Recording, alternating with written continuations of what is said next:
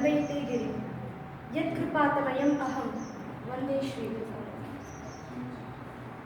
ಎಲ್ಲರಿಗೂ ನಮಸ್ಕಾರ. ನಮಸ್ಕಾರ. ಇವತ್ತಿನ ದಿನ ನನ್ನ ರೋಲ್ ಮಾಡೆಲ್, ನನ್ನ ಇನ್ಸ್ಪಿರೇಷನ್, ನನ್ನ ಗುರು, ನನ್ನ ಗಾಡ್ ಅಂತ ನನ್ನ ಸರ್ವಸ್ವವೂ ಆದಂತಹ ಸ್ವಾಮಿ ವಿವೇಕಾನಂದರ ಬಗ್ಗೆ ಮಾತಾಡಲಿಕ್ಕೆ ತುಂಬಾ ಖುಷಿಯಾಗುತ್ತೆ. ನನ್ನ ಭಾವನೆ ಏನು ಅಂದರೆ, ಸ್ವಾಮಿ ವಿವೇಕಾನಂದರ ಜೀವನದ ಬಗ್ಗೆ ನಾವು ಇಲ್ಲೆಲ್ಲರೂ ಕೂತು ಮಾತಾಡ್ತಿದ್ದೀವಲ್ಲ, ಇದು ಕೇವಲ ಮಾತುಗಳು ನಾವು ಮಾಡಬೇಕು ಅಂತ ಬಂದಿದ್ದಲ್ಲ. ಹೋದ ಜನ್ಮದಲ್ಲಿ ಪುಣ್ಯ ಮಾಡಿದರೆ ಮಾತ್ರ ಈ ಮಹಾನ್ ವ್ಯಕ್ತಿಯ ಬಗ್ಗೆ ಮಾತಾಡಲಿಕ್ಕೆ ಅವಕಾಶ ಸಿಗುತ್ತೆ. ಇದು ನನ್ನ ಭಾವನೆ. ಸ್ವಾಮಿ ವಿವೇಕಾನಂದರು ಸಿಂಹದ ವ್ಯಕ್ತಿತ್ವ, ಸಿಡಿಲ ಮರಿ ಅಂತ ಕರೆಸ್ಕೊಳ್ಳೋ ಈ ಸ್ವಾಮಿ ವಿವೇಕಾನಂದರು ಹುಟ್ಟಿದ್ದು ಜನವರಿ 12, 1863. ಅವರ ಸಾಧನೆ ನಿಜವಾಗ್ಲೂ ಶೂನ್ಯ.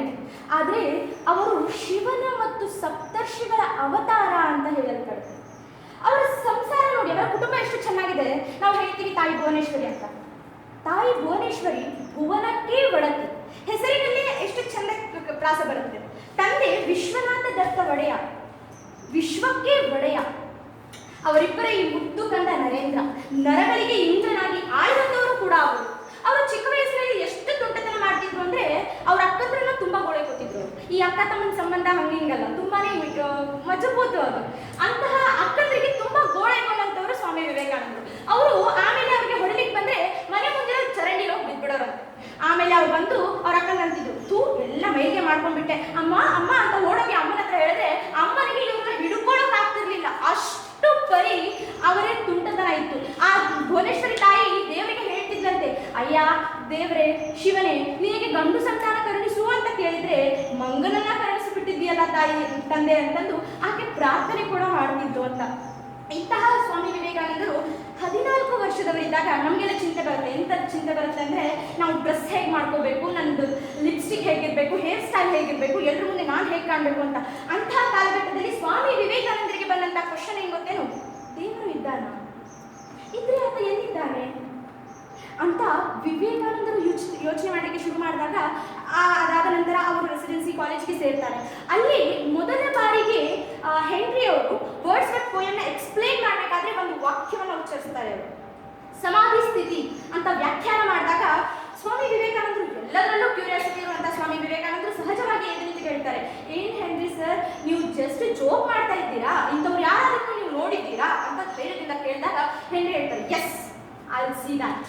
ಯಾರವರು? ಇವ್ರು ಕೇಳ್ತಾರೆ. ಅವಾಗ ಅಂತಾರೆ, ನಿನಗೆ ಇದಕ್ಕಿಂತ ಹೆಚ್ಚಿನ ಮಾಹಿತಿ ಬೇಕಾದ್ರೆ ದಕ್ಷಿಣೇಶ್ವರದಲ್ಲಿರುವಂತಹ ರಾಮಕೃಷ್ಣ ಪರಮಹಂಸರ ಬಗ್ಗೆ ನೀನು ಓದ್ಕೋ, ನೀನು ಅವ್ರ ಹತ್ರ ಹೋಗಿ ಭೇಟಿಯಾದ್ರೆ ನಿನಗೆ ತಿಳಿಯುತ್ತೆ ಅಂತ ಹೇಳ್ತಾರೆ. ಆಗ ಸ್ವಾಮಿ ವಿವೇಕಾನಂದರಿಗೆ ಮೊದಲನೆಯ ಬಾರಿಗೆ ರಾಮಕೃಷ್ಣ ಪರಮಹಂಸ ಅನ್ನಂತಹ ಒಬ್ಬ ವ್ಯಕ್ತಿ, ಅವರ ಹೆಸರು ಕೇಳಿದ ತಕ್ಷಣ ರೋಮಾಂಚನ ಆಗುತ್ತೆ. ಅದಾದ ನಂತರ ಅವರ ಮಾವ ರಾಮಚಂದ್ರನಾಥ ದತ್ತರು ಅವರನ್ನ ರಾಮಕೃಷ್ಣರ ಬಳಿಗೆ ಕರ್ಕೊಂಡು ಹೋಗ್ತಾರೆ.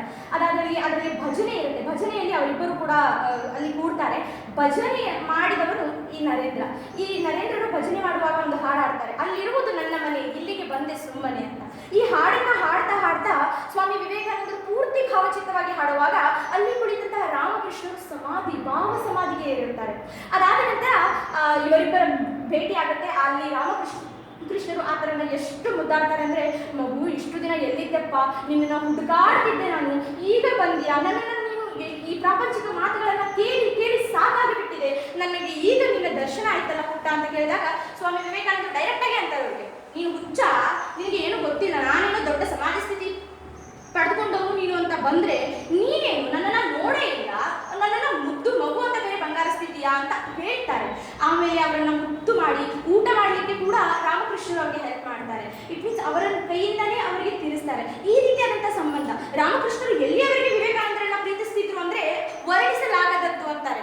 ಯಾಕಂದ್ರೆ ಒಂದು ದಿವಸ ರಾಮಕೃಷ್ಣ ಪರಮಹಂಸರ ಹತ್ರ ಯಾರೋ ಬಂದು ಒಂದು ಕಂಪ್ಲೇಂಟ್ ಹೇಳ್ತಾರೆ ನರೇಂದ್ರನ ಬಗ್ಗೆ, ನಿಮ್ಮ ನರೇಂದ್ರ ಅಲ್ಲಿ ಹೀಗೆ ಮಾಡ್ತಿದ್ದಾನೆ, ಅಲ್ಲಿ ಹಾಗೆ ಮಾಡ್ತಿದ್ದಾನೆ ಅಂದಾಗ ರಾಮಕೃಷ್ಣರು ಒಂದು ಹೇಳ್ತಾರೆ, ನೀನು ಮೊದಲು ಹೊರಗಡೆ, ಯಾಕಂದ್ರೆ ಅಂತ ಪ್ರೀತಿ ಅವರದ್ದು, ನೀನು ಮೊದಲು ಹೊರಗಡೆ ಅಂತ ಹೊರಗೆ ಹೋದ ತಕ್ಷಣ ಅವ್ರು ಮಾಡೋ ಕೆಲಸ ಗಂಗಾ ನದಿಯಿಂದ ತೆಗೆದುಕೊಂಡು ಬಂದ ಜಲನ ಅವ್ನು ನಿಂತಲ್ಲಿ ಜಾಡಿಸ್ತಾರೆ. ನನ್ನ ನರೇಂದ್ರನ ಬಗ್ಗೆ ಪಾಪದ ಮಾತು ಆಡ್ಲಿಕ್ಕೂ ನೀನು ಪಾಪಿ ಆಗ್ತೀಯಾ, ನೀನು ನಿಂತಹ ಜಾಗ ನನ್ನ ಮನೆಯದ್ದು ಪಾಪತನದಾಗಬಾರ್ದು ಅಂತ ಅವನನ್ನ ಹೊರಗೆ ಅಟ್ಟಿಸ್ತಾರೆ. ತದನಂತರ ಕೇವಲ ರಾಮಕೃಷ್ಣ ಅಷ್ಟೇ ಅಲ್ಲ, ತದನಂತರದಲ್ಲಿ ಅಮೆರಿಕಾದಲ್ಲಿ ಸ್ವಾಮಿ ವಿವೇಕಾನಂದರು ಮಾತಾಡುವಾಗಲೂ ಕೂಡ ಅವರ ಒಬ್ರು ಕೇಳ್ತಾರೆ, ಯಾರು ನಿಮ್ಮ ಗುರುಗಳು, ಇಷ್ಟು ಚೆನ್ನಾಗಿ ಮಾತಾಡ್ತಾರೆ. ಅವಾಗ ಅವ್ರು ಹೇಳ್ತಾರೆ, ನನ್ನ ಗುರುವಿನ ಹೆಸರು ಹೇಳಿದ್ರೆ ನಾನು ಭಾವ ಸಮಾಧಿಗೆ ಏರ್ತೀನಿ, ಅಂಥ ಅಂತಹ ವ್ಯಕ್ತಿತ್ವವುಳ್ಳವರವರು. ಅವರ ಒಂದು ಈ ಮಾತಂತೂ ತುಂಬಾ ಚೆನ್ನಾಗಿದೆ. ರಾಮಕೃಷ್ಣರನ್ನ ವರ್ಣಿಸಬಹುದಾದ ಏಕೈಕ ಪದ ಇದು. ವಿವೇಕಾನಂದರು ಹೇಳುವಂಥದ್ದು, ಅವರ ಒಂದು ಪಾದದ ಧೂಳಿನ ಕಣದಿಂದ ನನ್ನಂತ ಸಾವಿರಾರು ಸನ್ಯಾಸಿಗಳನ್ನ ಸೃಷ್ಟಿಸಬಲ್ಲಂತಹ ತಾಕತ್ತಿರೋರು ನನ್ನ ಗುರು ರಾಮಕೃಷ್ಣರು ಅಂತ ಅಲ್ಲಿ ಉಚ್ಚರಿಸ್ತಾರೆ ಅವರು. ಅಂತಹ ರಾಮಕೃಷ್ಣ ಇವರ ಗುರು ಶಿಷ್ಯರ ಸಂಬಂಧ ಇವರದ್ದು. ನಾವು ಇವರು ಎಷ್ಟು ಭಾರತವನ್ನ ಪ್ರೀತಿಸ್ತಿದ್ರು ಅಂದ್ರೆ ಬಹುಶಃ ನನಗನ್ಸುತ್ತೆ ನಾವು ಇದನ್ನು ತಿಳ್ಕೊಂಡೇ ಹೇಳ್ತಾ ಇರೋದು. ಯಾವ ಸನ್ಯಾಸಿಗಳಿಗೂ ಕೂಡ ಅವರಷ್ಟು ದೇಶಭಕ್ತಿ ಇದೆ ಅಂತ ನಾನು ಖಂಡಿತ ಒಪ್ಪೋದಿಲ್ಲ. ಯಾಕಂದ್ರೆ ಮೊದಲು ಸನ್ಯಾಸ ದೀಕ್ಷೆ ತೆಗೆದುಕೊಂಡ ನಂತರ ಆತ ಮಾಡಿದ್ದು ಏನು ಗೊತ್ತೇನು, ಭಾರತವನ್ನ ಇಡಿಯಾಗಿ ಪರಿವ್ರಾಜಕರಾಗಿ ತಿರುಗಾಡುವಂತ ಕೆಲಸವನ್ನ ಅವ್ರು ಮಾಡ್ತಾರೆ.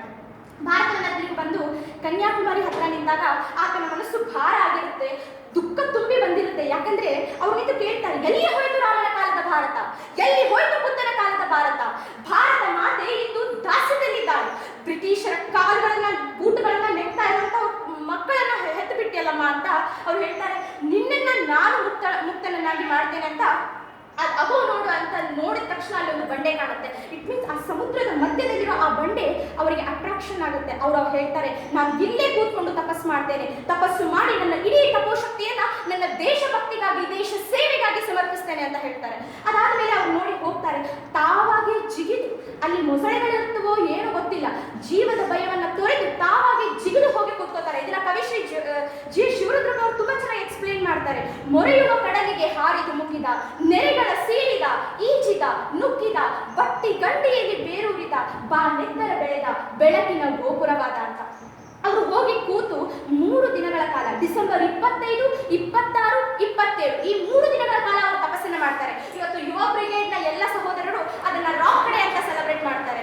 ಅಂತಹ 3 ದಿನಗಳ ಕಾಲ ಆ ದೃಶ್ಯ ಹೇಗೆ ಕಾಣ್ತಿತ್ತು ಅಂದ್ರೆ, ಭಾರತ ಮಾತೆ ಶಿರಡೆಯಾಗಿಯದ್ದು ಕಾಶ್ಮೀರ, ವಿಂಧ್ಯ ಹಿಮಾಚಲವೇ ಆಕೆಯ ಕೇಶರಾಶಿ, ಬಲಗೈ ಗುಜರಾತ್ ಆದರೆ ಪಶ್ಚಿಮ ರಾಷ್ಟ್ರಗಳು ಎಡಗೈ, ಮತ್ತು ಆಕೆಯ ಕಾಲುಗಳು ಕನ್ಯಾಕುಮಾರಿ, ಆಕೆಯ ಕಾಲಿನಲ್ಲಿ ಕೂತಂತಹ ಕಂದ ವಿವೇಕಾನಂದ ಆಕೆಗೆ 3 ದಿನಗಳ ಕಾಲ ಅರ್ಚನೆಯನ್ನ ಮಾಡ್ತಿದ್ರು ಅನ್ನುವಂಥ ದೃಶ್ಯವನ್ನ ಎಕ್ಸ್ಪ್ಲೇನ್ ಮಾಡ್ತಾರೆ. ಅದಾದ ನಂತರ ಅವರು ಭಾರತಕ್ಕೆ ಮರಳಿ ಬರ್ತಾರೆ. ನನ್ನ ತಾಯಿಗೋಸ್ಕರ ನಾನು ಪೂರ್ತಿ ಜೀವನವನ್ನು ಮುಡಿಪಾಗಿಡ್ತೀನಿ ಅಂತ. ಅದೇ ಅವರ ಟರ್ನಿಂಗ್ ಪಾಯಿಂಟ್. ಅದಾದ ಮೇಲೆ ಅವರು ಬಂದ ತಕ್ಷಣ ಭಾರತದಲ್ಲಿ ಸಾಕಷ್ಟು ಕೆಲಸಗಳನ್ನ ನನ್ನ ಮಿತ್ರರು ಎಲ್ಲ ಹೇಳಿದ್ರು. ಇವತ್ತು ನಿಜಕ್ಕೂ ಅದನ್ನ ರಿಪೀಟ್ ಮಾಡ್ಲಿಕ್ಕೆ ಹೋಗಲ್ಲ, ಅಷ್ಟು ಕೆಲಸಗಳನ್ನ ಮಾಡ್ತಾರೆ. ಅದಾದ ಮೇಲೆ ಅವರಿಗೆ ಗೊತ್ತಾಗೋದು ವಿಶ್ವ ಧರ್ಮ ಸಮ್ಮೇಳನ ಒಂದು ಅಮೆರಿಕದಲ್ಲಿ ನಡೀತಾ ಇದೆ ಅಂತ. ಆದ್ರೆ ಅವರ ಹತ್ರ ಹಣ ಇರೋದಿಲ್ಲ.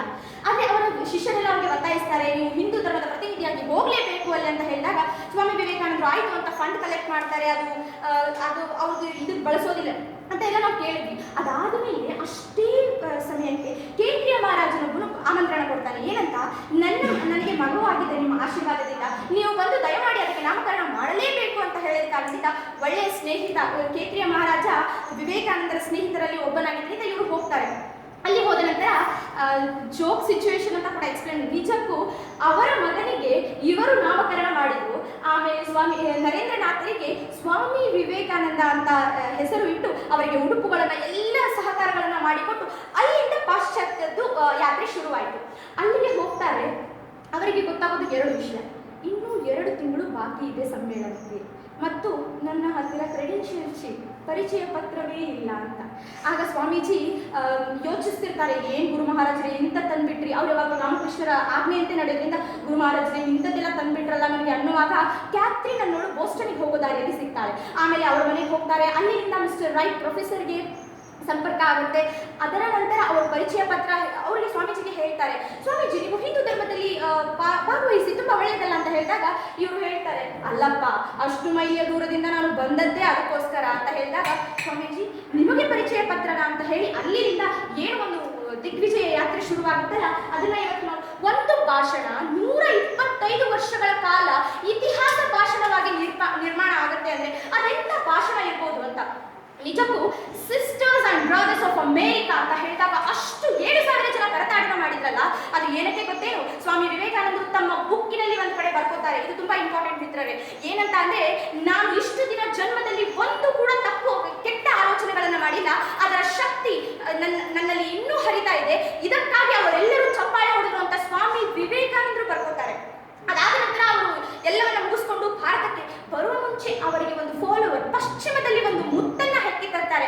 ಅವಳೇ ಮಾರ್ಗರೆಟ್ ನೋಬೆಲ್. ಆವಾಗ ಆಕೆ ಮಾತಿಗೆ ಮರಳಾಗಿ ಸ್ವಾಮೀಜಿ ನಿಮ್ಮನ್ನ ನಾವು ಸೇವೆ ಮಾಡಬೇಕು ಅಂತ ಹೇಳಿದಾಗ ಸ್ವಾಮೀಜಿ ಆಕೆಗೆ ಒಂದು ಮಾತು ಹೇಳ್ತಾರೆ, ನೀನು ಭಾರತಕ್ಕೆ ನಿವೇದನೆ ಆಗುವ ಪುಷ್ಪವಾಗಬೇಕು, ನಿನ್ನ ಹೆಸರು ಇನ್ಮೇಲಿಂದ ನಿವೇದಿತಾ, ಅಕ್ಕ ನಿವೇದಿತಾ ಅಂತ ಹೇಳಿದ್ದು ಹೆಸರು ಕೊಟ್ಟವರು ಸ್ವಾಮಿ ವಿವೇಕಾನಂದರು. ಅದಾದ ನಂತರ ಅವರು ಭಾರತಕ್ಕೆ ಬಂದು ಕೆಲಸ ಮಾಡಿದ್ರಲ್ಲ, ಅದು ಕೆಲಸದ್ದೇನಲ್ಲ, ಅದು ಸಾಮಾನ್ಯರಿಗೆ ಸಾಲದಂತಹ ಕೆಲಸ. ರಾಜಯೋಗ, ಕರ್ಮಯೋಗ, ಭಕ್ತಿಯನ್ನ ಬೋಧಿಸಿದಂತ ಅವರು ಇಂಡಿಯಾಕ್ಕೆ ಬಂದು ಹೇಳಿದ್ದು ಏಳಿ ಅಂತ. ಏಳಿ ಎಂದಿದ್ರೆ ಸಾಕಾಗ್ತಿರ್ಲಿಲ್ಲ. ನಮ್ಮ ಭಾರತದವರು ಅಷ್ಟು ಸೋಂಬೇರಿಗಳಾಗಿದ್ದರಿಂದ ಏಳಿ ಎದ್ದೇಳಿ ಗುರಿ ಮುಟ್ಟುವ ತನಕ ನಿಲ್ಲದಿರಿ ಅನ್ನುವಂತ ಸ್ಟೇಟ್ಮೆಂಟ್ ಕೊಟ್ಟರು. ಅವರು ಯುವಕರ ತರುಣರ ಕಲ್ಪನೆಯನ್ನ ಕೊಡ್ತಾರೆ. ಕಬ್ಬಿಣದಂತಹ ಮಾಂಸಖಂಡ, ಉಕ್ಕಿನಂತ ನರಮಂಡಲು, ಮಿಂಚಿನಂತ ಬುದ್ಧಿಶಕ್ತಿ, ಇಚ್ಛಾಶಕ್ತಿ ಅಂದ್ರೆ ಅವನೋಡು ಗುಡ್ಡ ಅಂದ್ರೆ ಕುಟ್ಟಿ ಪುಡಿ ಮಾಡ್ಬೇಕಾ ಸ್ವಾಮೀಜಿ ಅಂತ ಕೇಳಬೇಕಂತ ಇಂಥ ತರುಣರು. ಇಂದಿಗೂ ಕೂಡ ಸ್ವಾಮೀಜಿ ಜುಲೈ 4, 1902 ತೀರ್ಕೊಂಡಿರ್ಬೋದು. ಆದರೆ ಅವರು ಇಂಡಿಯನ್ ಇನ್ಸ್ಟಿಟ್ಯೂಟ್ ಆಫ್ ಸೈನ್ಸ್ ನ ಪ್ರೇರೇಪಣೆ ಮಾಡಿದವರು ಅವರು. ಅದು ಸ್ಥಾಪನೆ ಆಗಿದ್ದು ಸ್ವಾಮಿ ವಿವೇಕಾನಂದರಿಂದ. ಸುಭಾಷ್ ಚಂದ್ರ ಬೋಸ್ ಪ್ರೇರಣೆ ಆಗಿದ್ದು ಸ್ವಾಮಿ ವಿವೇಕಾನಂದರಿಂದ. ನಿಕೋಲಸ್ ಟೆಸ್ಲಾ ಅವರು ಸೈಂಟಿಸ್ಟ್ ಅಂತ ಹೇಳೋರು ಕೂಡ ಸ್ವಾಮಿ ವಿವೇಕಾನಂದರಿಂದ ಇದಾಗಿದ್ದಾರೆ.